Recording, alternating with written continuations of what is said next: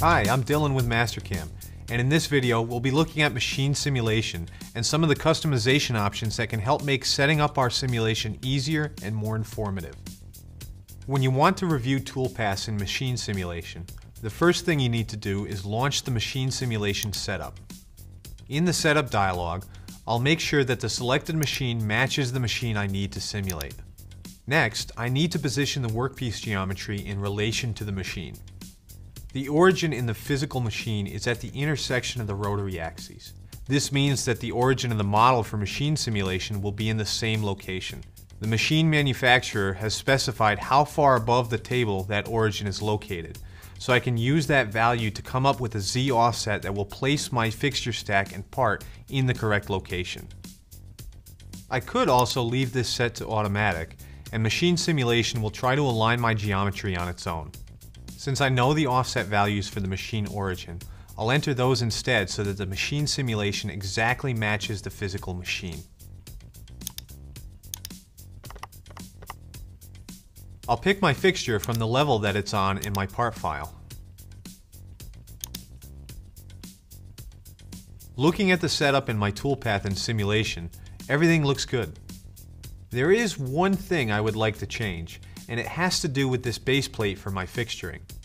That base plate is a semi-permanent feature in my machine that's used with almost every fixture that's mounted. Because of this, I'd like to make that base plate a part of my machine model for simulation. By doing this, I don't have to include it in every part file individually. In order to add this component, it's important to understand how the model in machine simulation works. All the models for machine simulation are inside of your shared Mastercam folder under Machine Simulation, MockSim, and then there's a folder for each individual machine. Machine models are made up of a series of STL files that represent the individual components of the machine. There's also an XML file that contains the information on how each of these STL files relate to each other, and an image file, which is what you see as the preview of the machine in Mastercam. When I talked earlier about the importance of knowing the machine origin, there was one other reason the origin is important that I didn't mention. All the individual STL files are saved with their world origin relative to the center of rotation of the machine. What this means is that when the STL files are merged in machine simulation, Mastercam is simply aligning the origins that are contained in the individual files so that all of the components are aligned to each other. So, if I want to add that base plate to my machine, I need to save it in the proper location in relation to that origin. This might sound complicated, but it's actually fairly simple. The trick is to use the machine components that are already set up as the point of reference. Since I know I need this base plate to be aligned with the C-axis table face, I'll use that as my reference point. To do this, I'll start a new Mastercam part file, then merge in the STL of the C-axis table.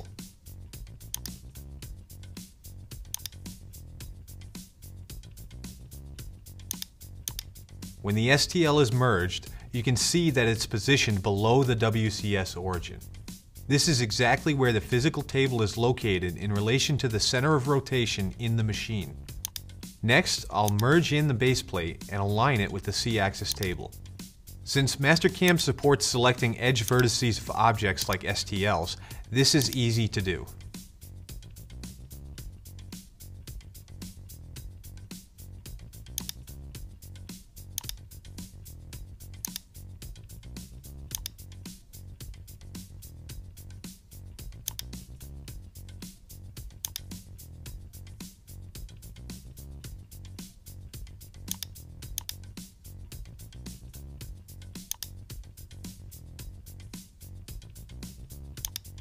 Once I'm happy with how the base plate's positioned, I'll use Save Sum to save the base plate out as an STL.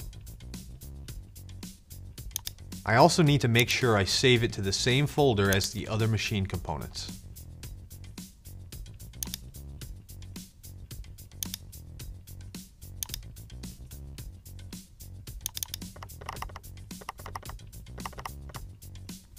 Now I can relaunch simulation, load my machine, and add my new component. Since the base plate will sit on the C-axis table, I'll locate the C-axis in the machine components tree and right-click to add the base plate as a child component. Now I can save the machine configuration, and every time I launch machine simulation, the base plate will automatically be included.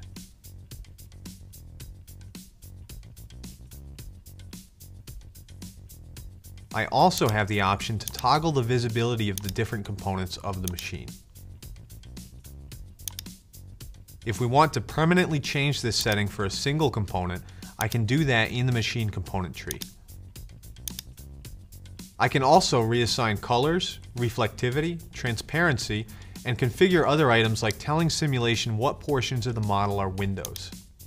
In this case, I'll set the door edges to transparent to allow better visibility of the workpiece even when the machine housing is displayed. I hope this video has helped show you some additional customization options you may not have realized you had in machine simulation. And remember, make time to utilize the tools in Mastercam to verify and simulate your toolpaths before cutting them at the machine. Finding issues before you start the machine always saves more time and money than you save by skipping this important step.